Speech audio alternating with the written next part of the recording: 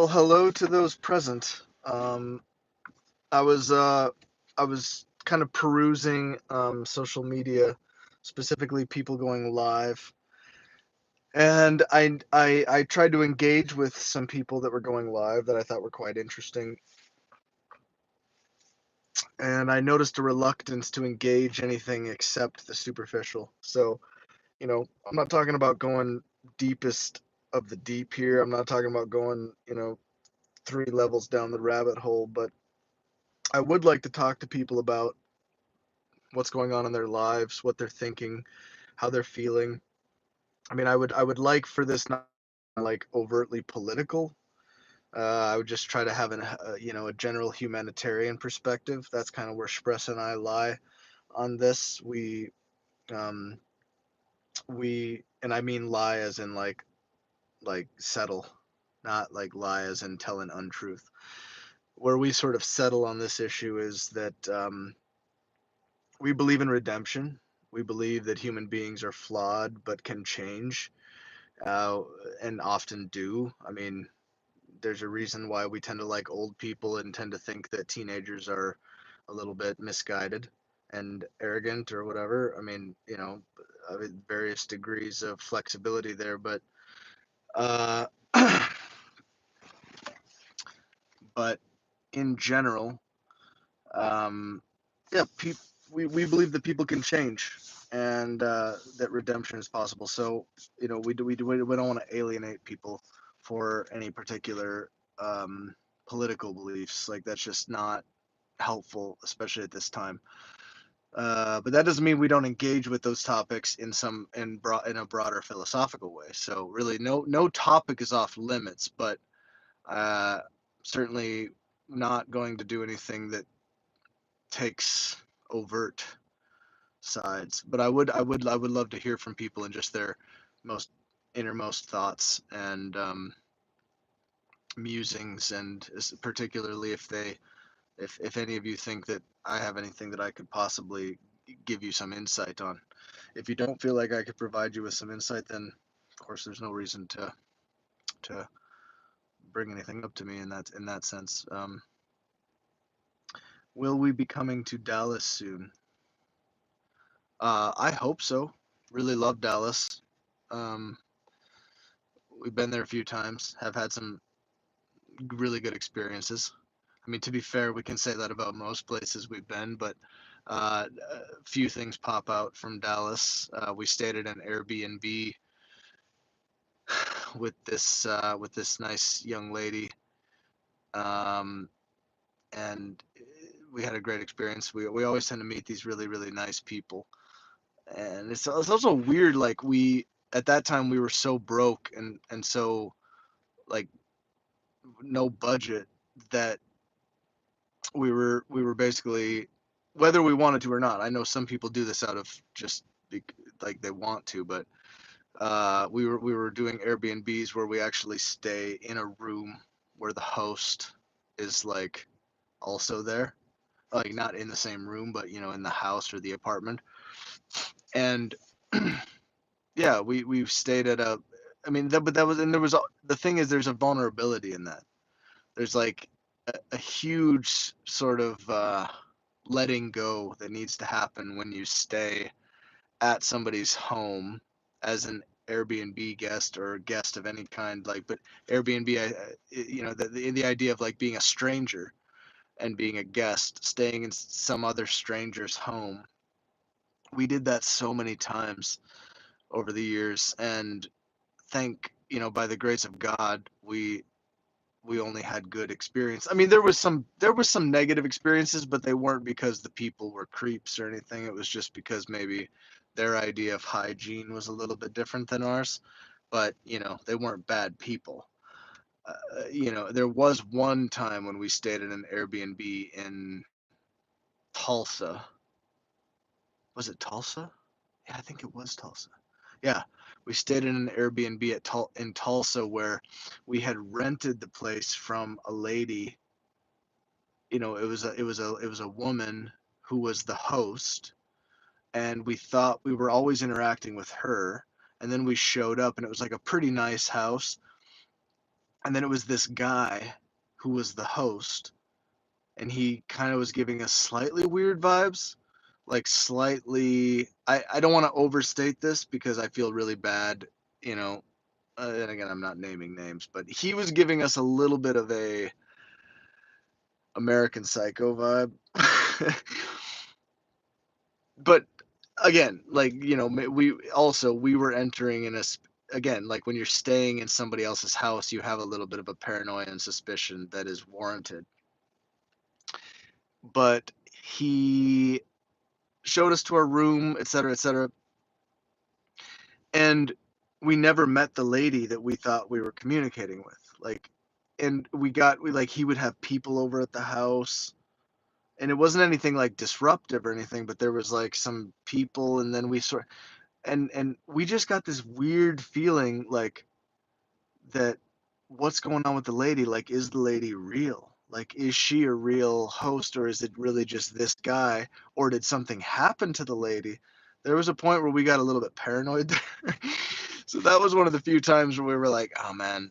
And I think there were some other factors that raised some red flags for us, which I can't really remember in detail because this would have been like 6, 7 years ago, maybe like 6 years ago. Yeah, about 6 years ago. Uh, but so yeah, that has happened. But mostly when we've stayed at Airbnbs, it's been thankfully very positive, but also kind of interesting. Like, you meet a lot of quirky people. I mean, we're quirky people, but then you realize, like, man, there's a lot of different levels of quirk and eccentricity out there. Uh, all right, all right. So, all right, let me engage with some of this. How do you feel as an artist about people moving off of big platforms such as Instagram or anything related to Musk or Zucky? I mean, I think here's the thing. Art does not take place on social media platforms.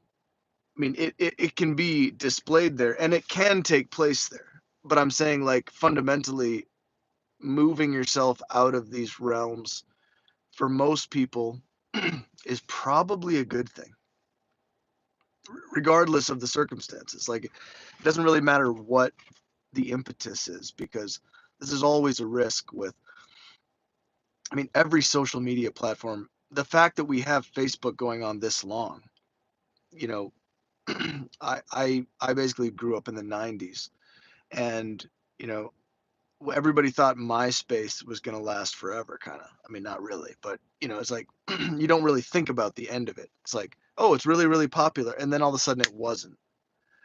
And I mean, that's a well-known anecdote, but the point is that your art should not depend or rely upon any of these, you know, more ephemeral.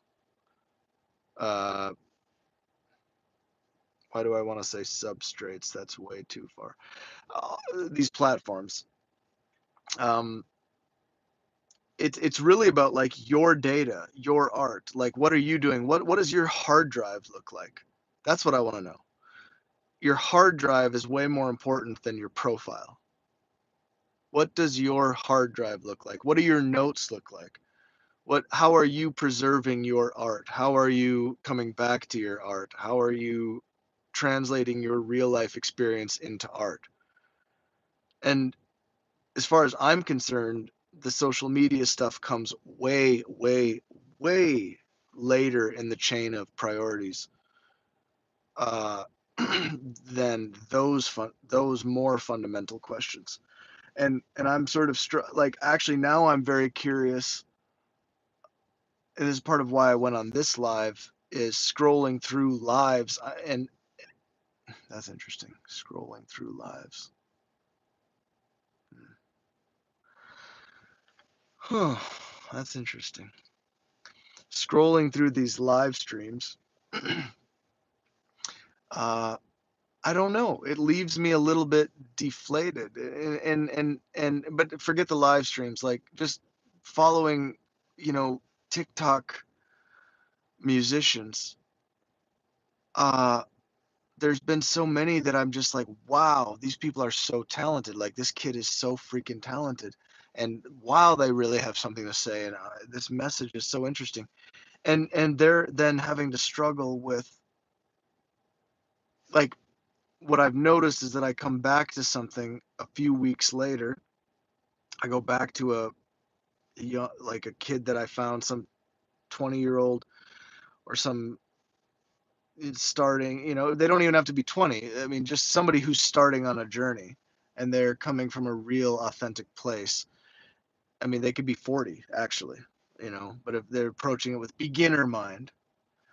So you'll see somebody with beginner mind who's making real stuff that's authentic to them, and they're really nailing some kind of a niche artistically, and it's not even on purpose, of course. That's the point. It's like just being authentic. And then they start to gain a following, they start to gain traction, as they should, because it's resonating. And then the problem is that the engagement from the audience is so immediate for these kids and people in beginner mind, that it's very, very hard to not let that warp your artistry. And to be fair, like, there is a way to master this. I'm not saying there's no way to master this, but right now a big problem that I see is that people become caricatures of themselves when they're too engaged with sharing their stuff on social media. So they, you know, like, I'll give you an example without naming any names, but there's this kid on TikTok who was doing this really interesting Christian music, where it was like, it doesn't sound like stereotypical Christian music. And he was always kind of like, clearly he was hiding himself out of some kind of an insecurity, which of course, why, I mean, it is a very insecure environment to be portraying yourself in front of millions of people that you've never met. Like, that's a very unnatural thing from the perspective of human civilization. But he he has these songs that, like, he has very few followers, but when I came across that, I was like, oh man, this kid's got it. Like, yeah, he's onto something. Like, he really is. Like, this is really, really good. This is really beautiful. And started to notice that as I kept coming back to his profile as it grew, that I was finding his content to be more and more, it felt more and more like, when you watch a movie and somebody is giving the actor is giving a performance they don't really believe in, which is like, that's a temptation that exists for all of us. So I'm not saying like, oh man, I can't believe he had that temptation. No, that's a real thing. But what I'm saying is that it's harder to avoid that temptation, or it's harder to, I mean, the whole format of getting all this immediate feedback from a live audience, like, you post something and then you look and read the comments and you see what they say. And it makes that thing that we all struggle with, it makes it all the more pronounced and harder to,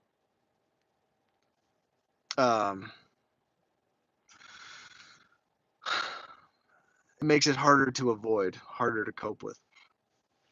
Uh, but one of the things that I noticed, it just stuck out to me.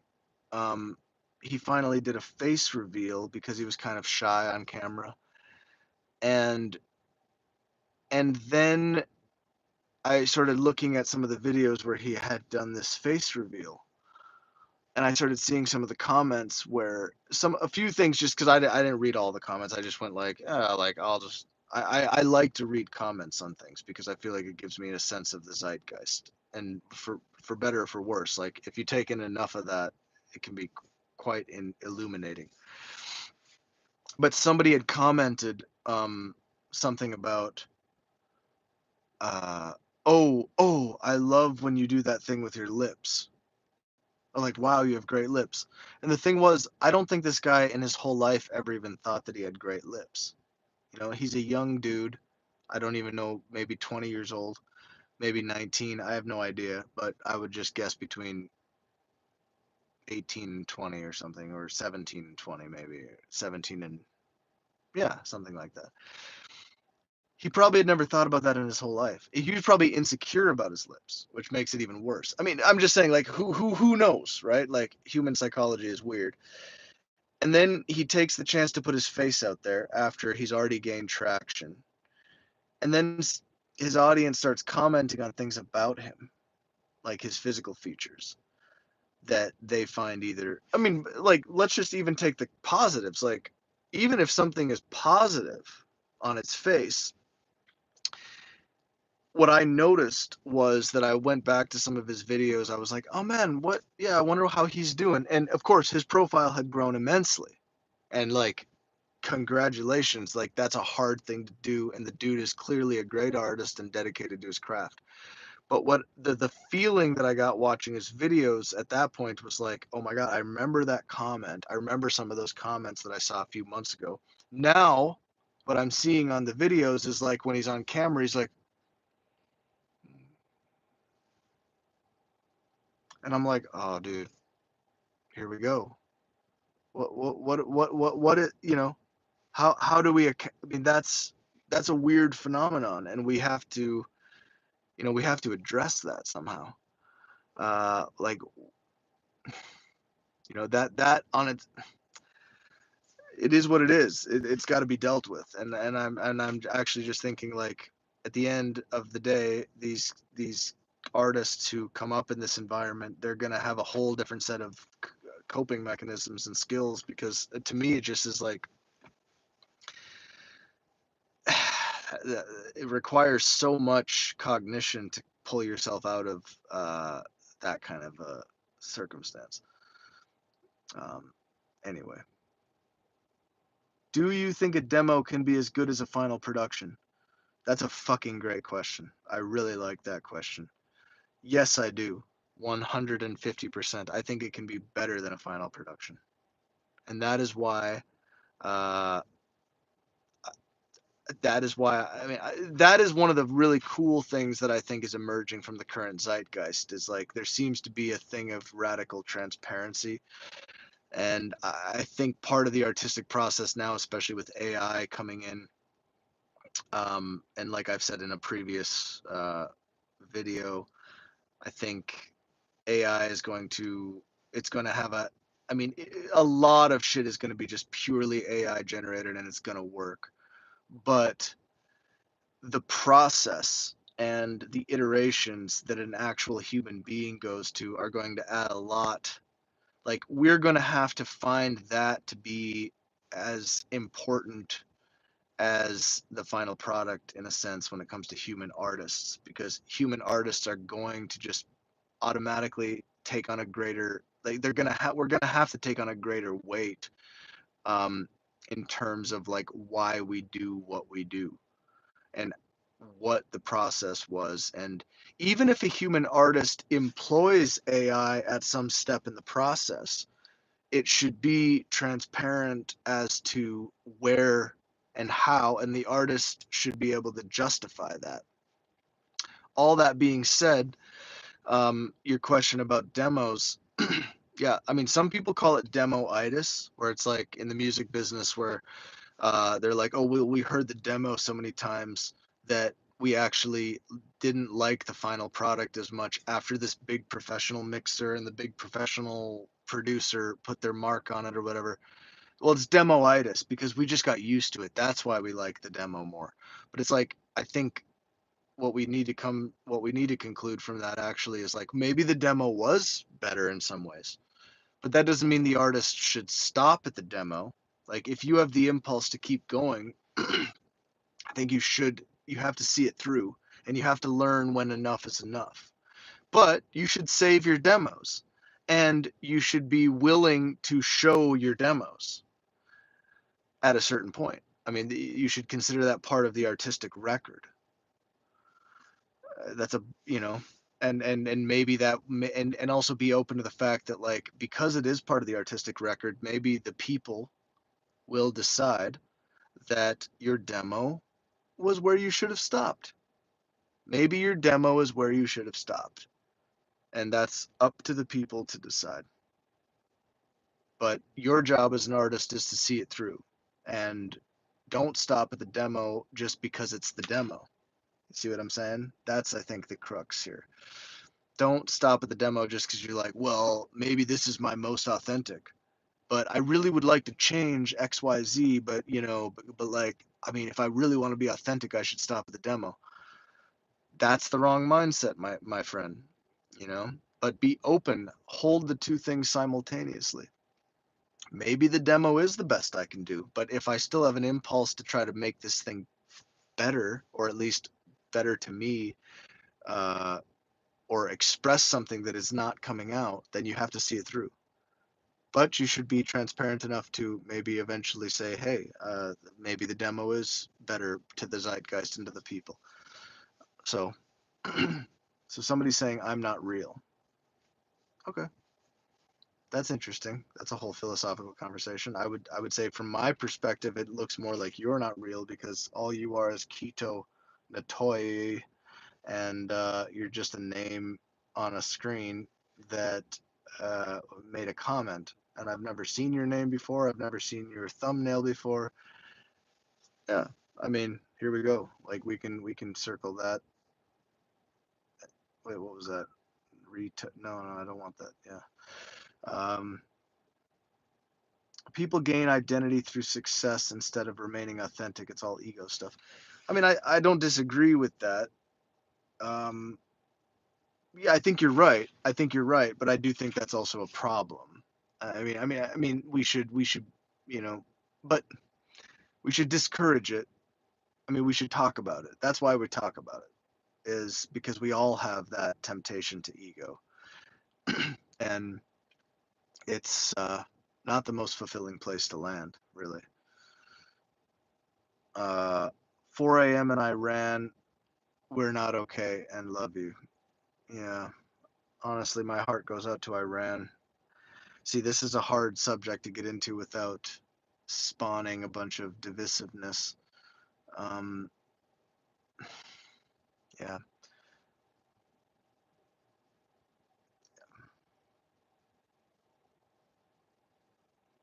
Joey Savage says, just here to tell you, y'all's music is amazing. Thank you, Joey. Um, Nas says, big fan, love from Bangladesh. Hi, Cole. Nice to catch y'all having a wee chat again. Hopefully, a wee demo for us to hear. Oh, well, thank you for co-signing my realness. Appreciate that.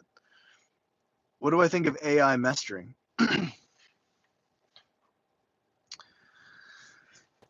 I God, this is so complicated. I really don't have a problem so much with AI mastering.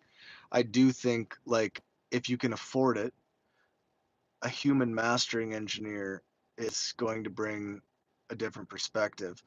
But this also goes into an idea about art as editorial.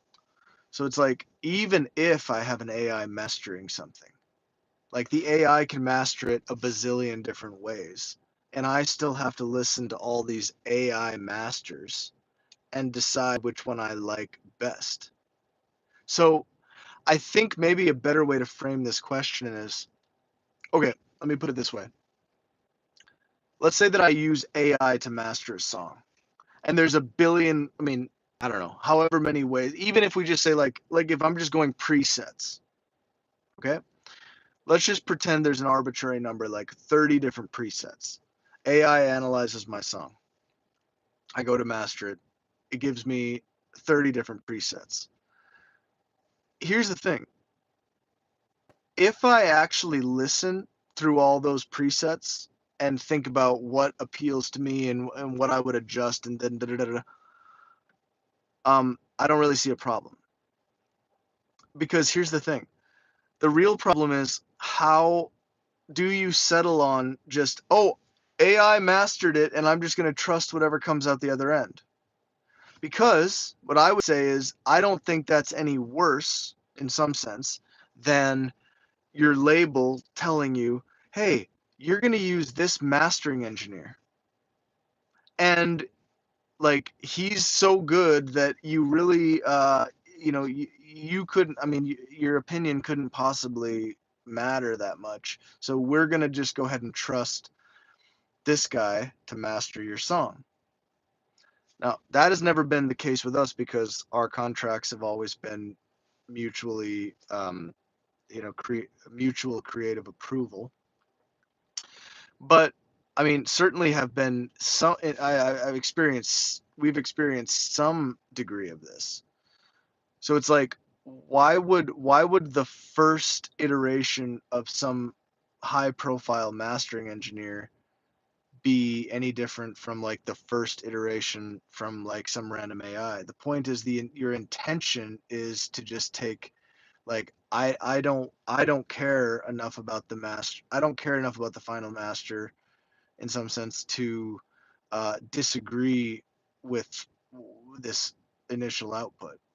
So in other words, if you find yourself in an, you know, if you're using AI and being like, yeah, AI has mastered my song and I've gone through like 5 different presets and I don't like any of them. And then all of a sudden AI masters a sixth one and you're like, oh, that's what I was looking for.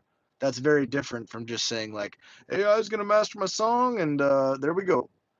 And in the same vein, uh, just hiring some really good mastering engineer is also taking a cheap. I mean, it's to me that's also what I would consider in the realm for me personally, to where I'm like, well, so if I don't agree with the vision of the mastering engineer, I'm gonna have to get that person to like generate in quotes here more options for me to choose from. So it's an editorial role, and I think like editorial is kind of going to be more and more important as in the future of art. That's going to be part of it. Like context, as I talked about before, like why did you make the thing you made?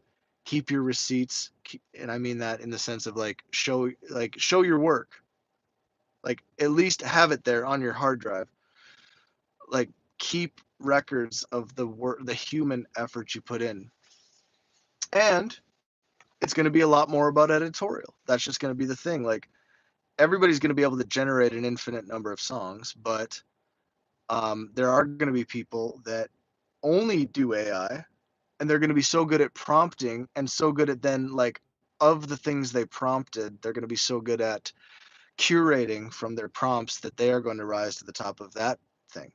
And you just got to decide like where you want to fall in all this. But for those of us that have just that just it just is in us that we have to make music the way we're making it, which is like, sitting here in our car with a microphone and a freaking, where is that thing?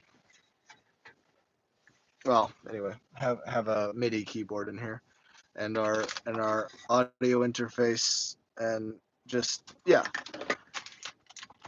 whatever, dude. There's it's hard to comment on right and wrong about this, but I think the intent is going to matter a lot more going forward, and that's what I'm trying to say. What advice would you give in a relationship? S.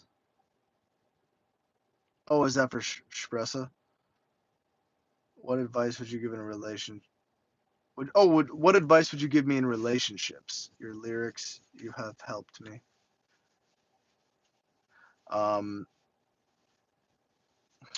well, got to be more specific in a sense, but um, well, you don't have to be more specific, but that would help me focus.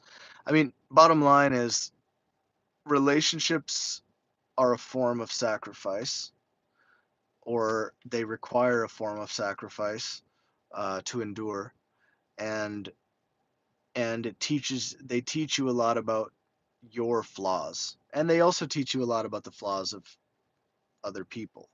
Like you're living with somebody who, I think sometimes we can be, we all, most of the time people grow up in a family where almost it becomes unconscious how you read people in that environment, and then even people's shortcomings and failings, you kind of like, them so well that you can basically justify them to yourself. But when you a relationship is that thing where you basically make somebody a family member who actually didn't grow up in all that context, and a lot of things that you just assumed were a given turn out not to be a given, and vice versa.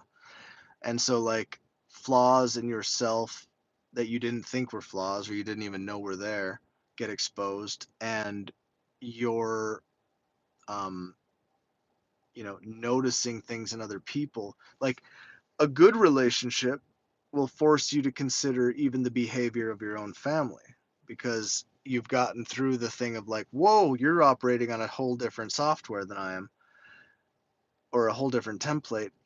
And and then that person can make you be aware, just by the nature of who they are, make you be aware of things in your own family you never saw before, and that can help you sort of break. That's a good thing to help you break away from like generational traumas and this kind of thing.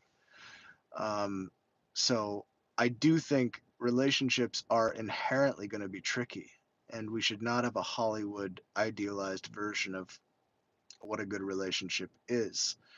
It should not be abusive, and it should have a lot of mutual respect, but we should also not throw in the towel when somebody does not display the respect we think we deserve in the moment. We have a lot of narcissism in us, and we should not always, I mean, people can act impulsively and say shit that they don't really mean, and we need to be compassionate about that. And we all have our limits, and we all have our level, and that's also good and fair, because for far too much of human history, people have just been abused in dire situations with no recourse or power of their own. And that's horrible. So, but it's we gotta have a balanced. We gotta try to have the most balanced perspective we can here, and I think that balance includes a lot more compassion about just how different people can be in these situations. So if you really want to make a relationship last, you're going to, I mean, in the case of Spress and I, we disagree, and actually, I mean, we've been together now like 12, 13 years. I think we argue every day about something. I actually think like there's a part of us every day at any given point that is like we just fundamentally disagree, and then we have that discussion, and sometimes we sound like total jerks to each other, not in like a oh you suck way, but just like we're just blunt and really brutally honest in a way that is like we wouldn't be that way with anybody else. And then that same day, at the end of the day, we're sitting there watching a movie together, and reminiscing on just how great our relationship is and how much we love each other or whatever. I mean, I think you have to realize that like to really have a long-term and healthy relationship, if that's really what you want, and if it's not what you want, that's okay too, but you should still treat people. I mean, that then is a whole different discussion, but my experience is more to do with long-term relationships and trying to maintain a good, healthy long-term relationship. And um, it does require a lot of give and take, and a lot of push and pull, and a lot of let's just say it, conflict. But there are healthy forms of conflict and less healthy forms of conflict. So that's what I'd say. Um, Talk about relationships. My wife destroyed my mushroom farm. Oh Jesus! I assume these were not shiitake mushrooms. Maybe they were. In my 40s, finally grew some shrooms a lot. Then she flipped and destroyed them. I've been pretty. Oh, I'm sorry to hear that. I didn't mean to make a joke. Uh, yeah, that I can see that being um, quite sad. Uh, but you know what? Rebuild, man. Start over. Like, don't let somebody else determine your trajectory. I'm having an unhealthy relationship with cake, so I'm having a gingerbread square. Nice. Um, you favor my soulmate I lost 15 years ago. Your style, y'all's movements, your smile in your eyes. You're just awesome. Oh, thank you, Sandy. I'm really sorry to hear that, but thank you. Uh, oh, thank you. I'm glad you love our music. Truly appreciate that. I mean, that's uh, that's extremely important for us.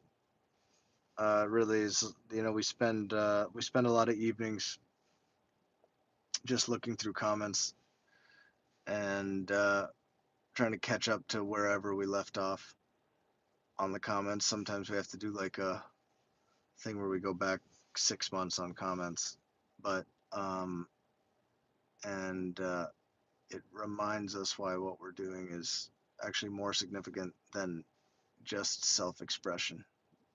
So appreciate that. Um, well, I think I've said enough. I think I'm going to sign off here.